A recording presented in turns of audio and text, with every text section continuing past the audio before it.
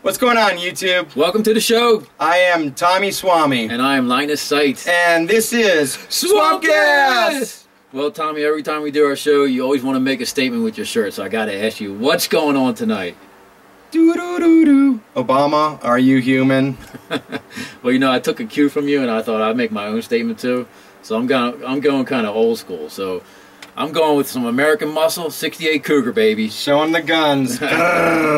I know you love those old Cougars, Tommy. I like them all. Who doesn't? All right. So tonight we're going to be talking about the U.S. banking system. We're going to briefly cover the history of the Federal Reserve, and then we're going to explain to you how the Federal Reserve works. And then once you see how the Federal Reserve works, you'll understand why we have this debt that we can never fully repay. Along the way, we'll be bringing up some quotes onto the screen so you guys can take a look at them yourselves from our forefathers and some of the people who are involved with the Federal Reserve who started it. And then we're going to do some fun little demonstrations that are actually going to lay out exactly how the Federal Reserve banking system is stealing all of our money. Yeah, and once you'll see this, you'll understand why the value of the dollar has actually dropped 95% since the start of the Federal Reserve in 1913. How much is our dollar worth? Compared to those dollars, are worth 5 cents. A nickel, folks. Yeah, and dropping. So what's the popular belief about why our forefathers left England? And I know it wasn't the food, was it? Huh? I hear you, but if you remember back in the history books, you always learned about, you know, we wanted our freedom from religion and taxation without representation, but what do we know? We're just a couple of schlubs. Absolutely. We're just trying to bring the truth to the public. I think Benjamin Franklin, our forefather, can explain it the best. Yeah, and we'll put this quote up there and tell us what Ben Franklin has to say about this. Yeah, exactly. I mean, he was talking about the banking system and how, you know, we had to get away from these money manipulators. And so I think, you know, a lot of it had to do with them not allowing the people to use their own currency. That was a big thing. Absolutely, and I think he said it best, as you'll see in this quote. So that's what Benjamin Franklin, one of the founding fathers of our nation, had to say about this. What would the founding father of international finance have to say about this? That's a great question. That would be Mayer Rothschild, who was the Criminal. founder of the Rothschild banking dynasty, literally one of the wealthiest families in the history of human history. $5 trillion, folks. $5 trillion. He could feed all the homeless and all the hungry with just their money. And here's the quote that he had, and we're going to put it up on the screen for you. Basically what he's saying is, let me issue and control a nation's money, and I care not who writes the laws. So basically what he's saying is, if you own the money supply of a country, or if you can control the money supply of a country, you can make any rules you want. Is that not more true today than ever? Seems to be doing a great job of it, huh? Criminal. Criminal. Absolutely criminal. But he knew back then what we know today. So Tom, we talked in our previous shows about the history of the Federal Reserve, how it got started in secret. I noticed when you were doing research for today's show, you came across some interesting information. Tell us about that. Yeah, Frank Arthur Vanderlip, he was actually the Assistant Secretary to the Treasury and probably the first conspirator to try and destroy our nation. Says the guy with the Obama alien t-shirt on. So yeah, he was quoted as saying, if anyone was to figure out their secret, there would be no possible way that Congress would have ever passed the Federal Reserve Act. Yeah, this is amazing. I mean, this is a guy in the know that was actually involved in creating this bill and getting together with the other bankers to create this bill. And he's saying that had they got caught in what they were doing, this bill would have never passed through Congress. So it's obvious that Vanderlip and the rest of the bankers knew what they were doing was criminal. So at that time, the President of the United States was Woodrow Wilson. What did he have to say about all this? Well, he didn't say anything until he left office. That's kind of par for the course, isn't it? Yeah, same thing's going on today. I think that haven't changed much. No, not at all. He was really expressing how unhappy he was and expressing his regrets that he actually signed the Federal Reserve Act. Yeah, and what his biggest regret was that he left the power of the United States in a small group of dominant men. J.P. Morgan and the criminal crew, right? The rest of them who started the Federal Reserve. Vanderlip and all the people on the train to Jekyll Island. That's correct. So, since it started, what has the Federal Reserve actually done to our dollar? Well, as you'll see on this chart that we're going to put up there, back in 1913, if a dollar is worth a dollar, today it's worth 5 cents, and it continues to drop. And one of the reasons is because it's a fiat currency now. How long is what's the average that a fiat currency usually lasts? Yeah, I think it's about 40 years, and it's been a little over that since we were taken off the gold standard by Nixon back in the 70s. Right, so what does that mean for our dollar here soon? Well, it's just going to continue to drop. I know people don't want to think that, but eventually all fiat dollars go to zero, which a dollar will at some point. The proof is in the charts, right? The proof is in history. Absolutely. Look at the Roman Empire. Look at the amount of currencies that have gone to zero compared to the ones that have not. Every single one. Every single one that's a fiat currency, no question. Yeah. It's not real money, is it? Nope. Okay, so we talked a little bit about the Federal Reserve. Now, at this point, I like to make a prediction because you hear all these puppet heads on TV and in the news and on the internet. They always make predictions. You know, I read one the other day. Oh, $20,000 an ounce gold, and I think you saw one for silver, right? For how much? $1,000 or something like $1,000, that. Right? So, which is an increase of about 70 times. Yeah, reading the comments. Not going to happen. Come on. Reading the comments on that section was pretty amusing too. I can imagine. So, you know what? I'm going to get right on board with those people, though, because I'm going to make 3 predictions this year that should happen by the end of the year, and we should know by the end of the year whether they happen or not. So, you know what? Unlike those other people, I can be held accountable. You feel like you're on a pirate ship? So, well... Walking the plank? I'm walking the plank, and you know what? If I'm wrong at the end of the year, I'll at least apologize, and we'll come up with something else that I have to do. I don't know. Whatever you think. Or is it just going to be me doing the show? Yeah. All right, so here's my first prediction, okay? So the Federal Reserve has been saying for over a year, oh, we're going to raise interest rates. We're going to raise interest rates. And, you know, I like how they make it sound like a good thing, though. You know, we're going to raise those rates on you, going to make it happen, and we're going to make your dollar worth even less money than it is right now, right? Who is that person? That would be Janet Yellen. Well, you know what? I'm going to change her first name to Stop. Stop yelling! Because you know what? You're not raising rates this year. That's my first prediction. No rate raise. It ain't going to happen. Ain't going to happen. It's been 6 years since they raised the rates? Something like that. Yeah. And it's not happening this year. Yeah. So we'll see. That's my first prediction. If they raise the rates, then the economy would surely crash a lot faster than it's going to. Yeah, I honestly think that the reason they say that is because it gets a quick boost to the economy. In other words, if you had to go out and buy a big ticket item and you knew next month that the interest rate was going to be more, wouldn't you go out and buy it right now? Oh, absolutely. Absolutely. Especially with Christmas coming right around the corner. People are going to go out and buy stuff with credit. So why not say we're going to raise the rates so you go buy your stuff right now and spur the economy a little There'd bit. be a Ferrari parked in my garage. All right, I'll believe that one when I see it. But all right, so we talked a little bit about the Federal Reserve. Why don't we talk about some of the banking system now? Absolutely. The largest bank in the United States that probably the majority of Americans deposit their money, Bank of America. I would guess so. Yeah. And as you can see by this chart, folks, that they are the holder of the most fines awarded to any bank for the criminal activities that they've been participating in. Money laundering, fraudulent banking systems, a number of things. It was 61.2 billion. And look at that total, $128 billion. That's incredible. And that's over 2 times more than J.P. Morgan, which is the bank that's right behind there. And that's in a 5-year span. Unbelievable. 5-year. Has anyone gone to jail for any That's of a that? good question. Maybe we should ask former Attorney General Eric Holder if anybody was going to jail. Because not only did he not prosecute anyone, but after he left as Attorney General, what's he doing right now? I don't know. He's an attorney, and guess who some of his clients are? Bank of America. Some of the big banks. Yeah. Absolutely. Yeah. And as well as the criminal activity by these banks and the fines that they've had to pay out, I just watched a nice little documentary called We're Not Broke.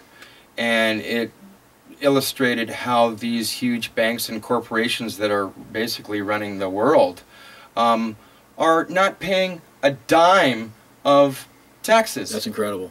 That's incredible. A dime, and they're making billions of dollars off of our money and manipulating markets and gambling with our cash that we deposit with them.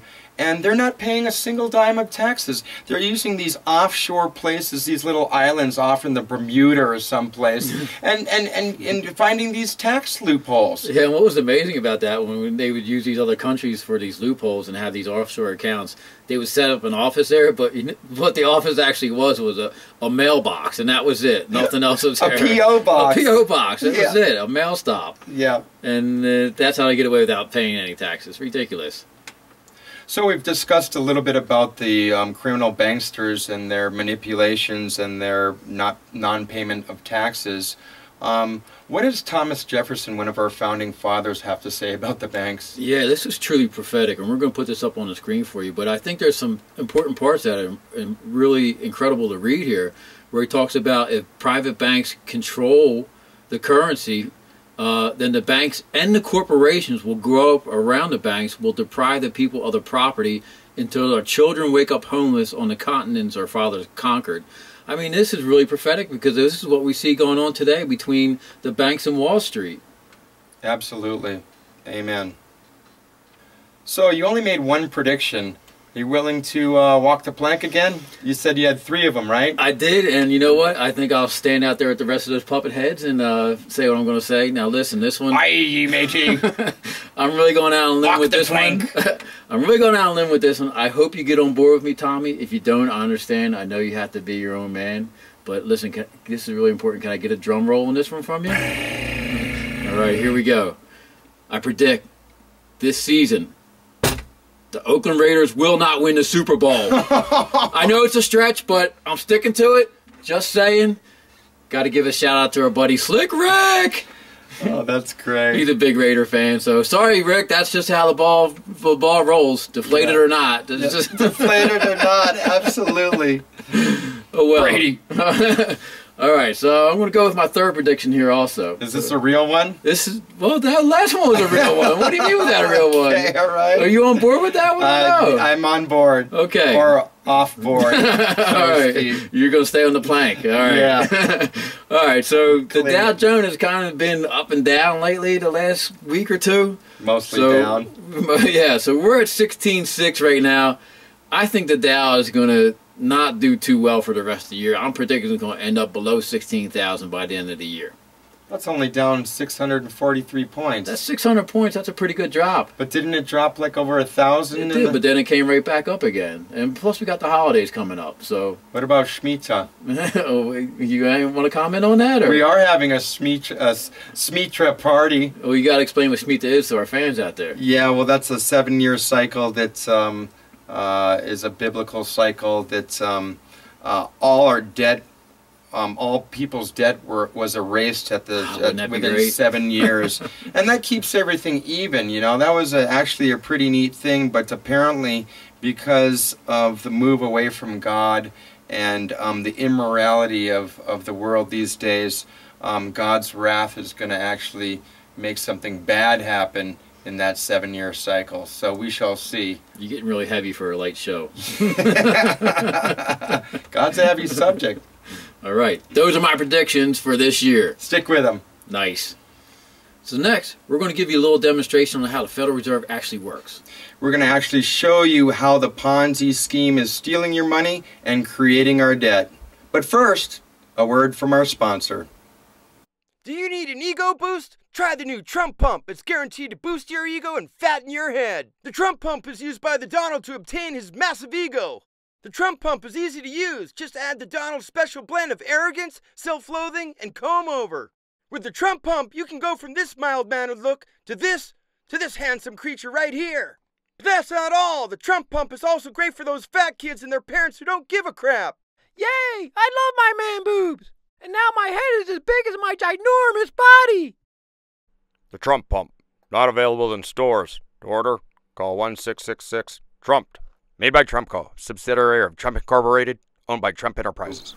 So we're going to show you in layman's terms just how the federal government Ponzi scheme works and how they're stealing our money, and that we can never get out of debt by this Federal Reserve banking system that we're in.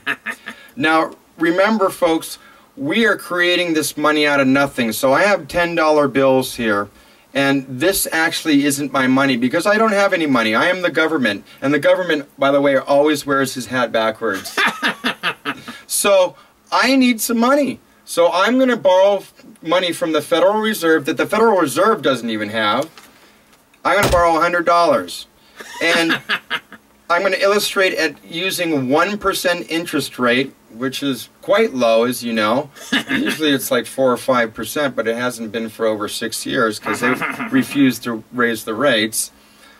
I have to pay the federal government back $101. And now I'm in debt, so I have to borrow some more money. I'm going to have to borrow another $100. $100. Okay? And now I have to pay the federal government back at 1% another $101. So my money is disappearing on me. My fake money, my imaginary money. So you know what? I need a lot more money this time. So I'm going to borrow $300.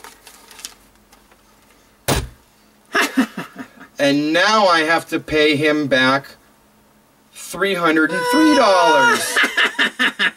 Criminal. Folks, now I'm down to my last $5, my last 5 imaginary dollars. So I'm going to borrow $500 so I can cover my debt. $500, and now I'm forced to repay him at 1% interest, $505. And folks, where's my money? Notice who has all my money. And that's the criminal. That's the criminal Ponzi scheme that we are living under, folks. This has been Tommy Swami and the federal government over here. And we want to say good night, goodbye, enjoy, wake the flock up. And this is Swamp Gas!